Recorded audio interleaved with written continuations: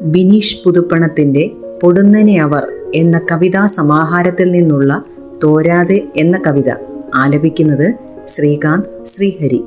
തോരാതെ.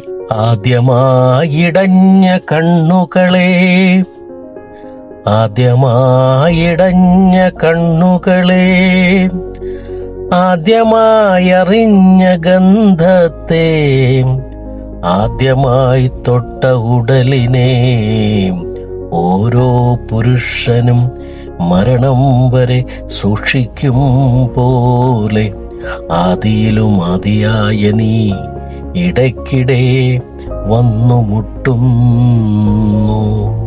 മഴ തിമർക്കും തടാകത്തിൽ, മഴ തിമർക്കും തടാകത്തിൽ ഓളങ്ങൾ നിലയ്ക്കാത്തതുപോലെ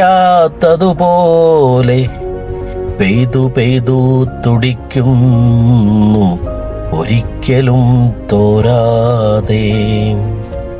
മഴ തിമർക്കും തടാകത്തിൽ ഓളങ്ങൾ നിലയ്ക്കാത്തതുപോലെ പെയ്തു പെയ്തു തുടിക്കുന്നു ഒരിക്കലും തോരാതെ.